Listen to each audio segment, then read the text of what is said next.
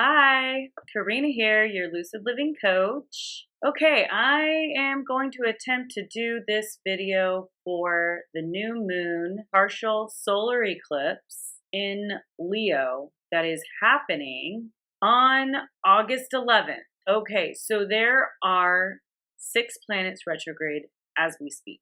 Today is August 2nd. Uranus will be turning retrograde on August 7th. So that means that during this eclipse, we're going to have 7 planets retrograde. We have the communication planet, okay? Mercury just went retrograde, and that is in the sign of Leo. Mars retrograde, which is in the sign of Aquarius. Saturn retrograde, which is in Capricorn. Uranus retrograde, which is in Pisces. Pluto retrograde, that is in Capricorn.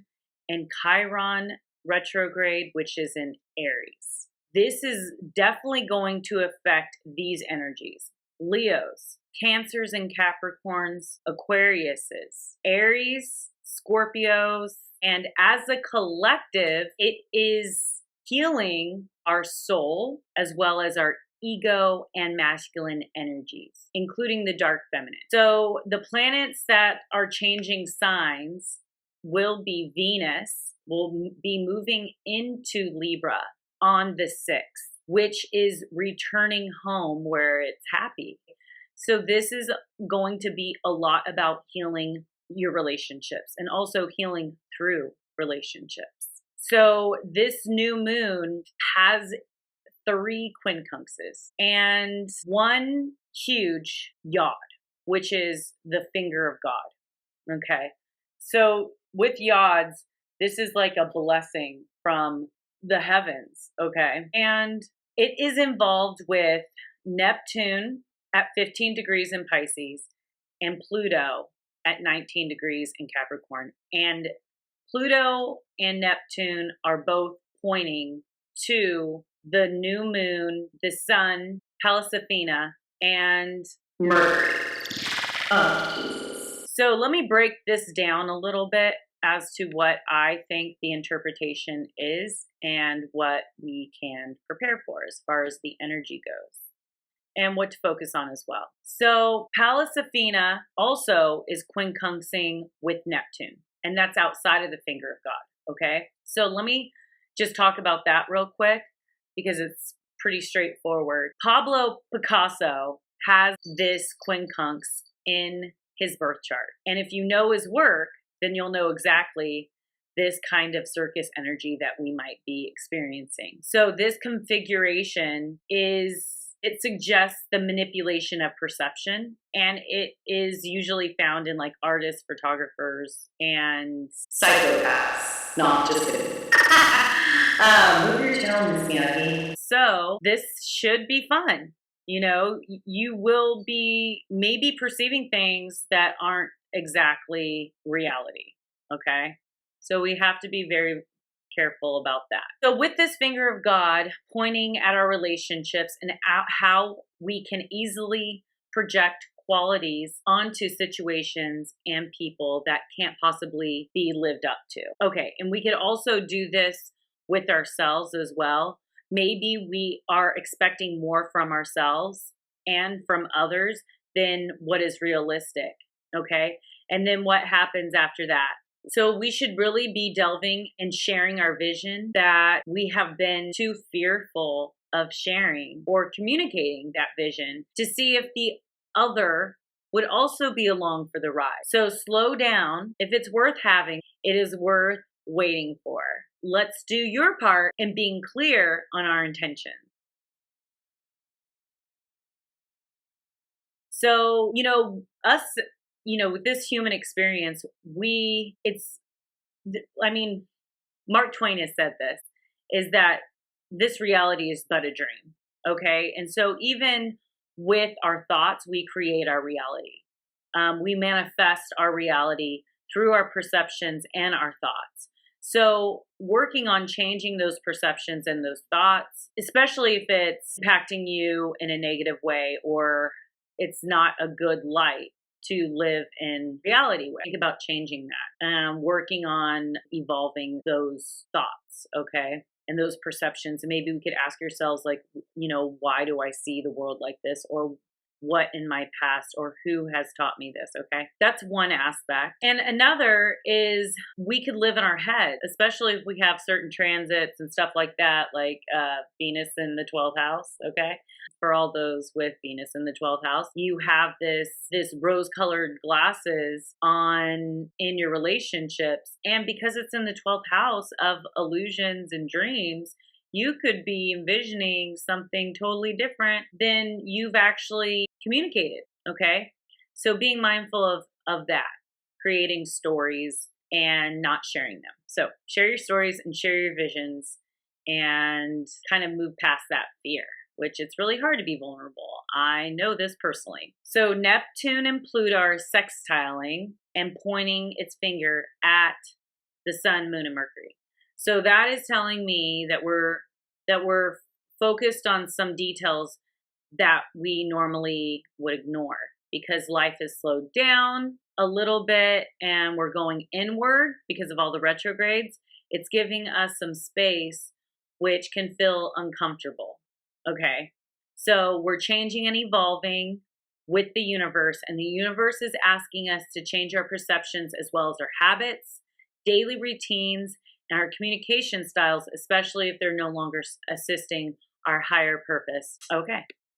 I feel like I repeated myself. Black Moon Lilith is conjunct Mars at the crucial degree of 0 in Aquarius for this solar eclipse. What this is telling me is we're healing the masculine ego as well as the dark feminine's ego, balancing the two to evolve and freeing that aspect of ourselves from our own darkness. This is definitely a revolutionary conjunction, in my opinion. So Uranus quincunx Venus.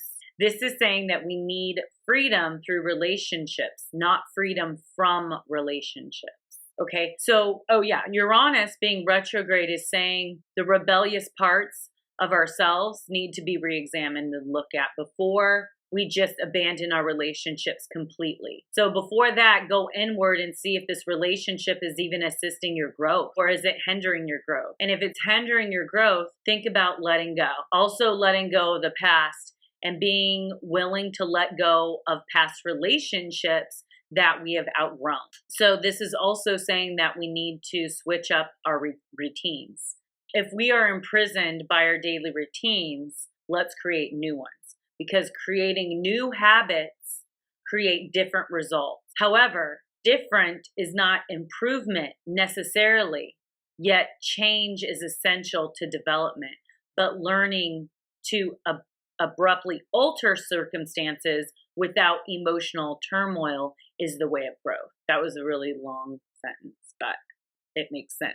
Overall, to me, this is about relationships, partnerships, okay? Creating our truths with our relationships. Communicating our truths with our relationships is going to help melt away the ego that is protecting us from our fears and getting hurt. But in that, it's keeping us in a box where we're alone, okay?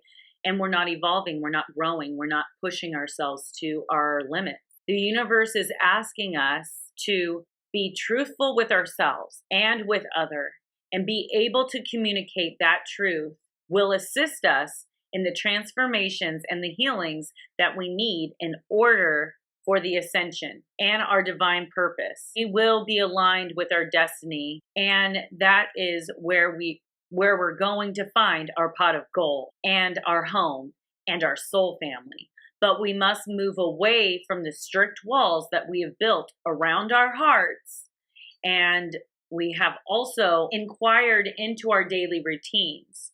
So fully step into your heart, leaving all of the ego and over analytical, detail, picky mind outside the door and allow your true soul to sing. Okay. So that was really hard to get out, not only because Miss Miyagi will not leave me alone, but because it is Mercury retrograde in Leo, and it is also 6:45, and I've been up since 4. So I hope this finds you well. And also watch my eclipse video for July, August that I posted. That was filmed back in July, but I had shared a lot of energy at the end of that video that is relevant to this. That is relevant to this new moon solar eclipse.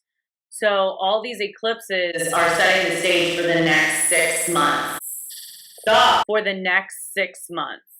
So, yeah, so pretty much the vertex is conjunct Jupiter in Scorpio, which leads me to believe if we make these adjustments and integration and being able to communicate our deep truth and reveal that as starting over and starting new with our journey. And this is going to create like a lot of healing and a lot of change, and it's going to set us on the path. We do have Cars of Fortune in Gemini on the rising at 22 degrees. So this tells me that this is like very, very fortunate for those fated relationships, those soul divine partnerships and twin flame partnerships as well. Okay, you guys, I hope you make it through. This is the final last eclipse of 2018, setting the stage. So I will see you on the flip side. Peace out, your Lucid Living Coach. Please like, subscribe, and share with your friends and family.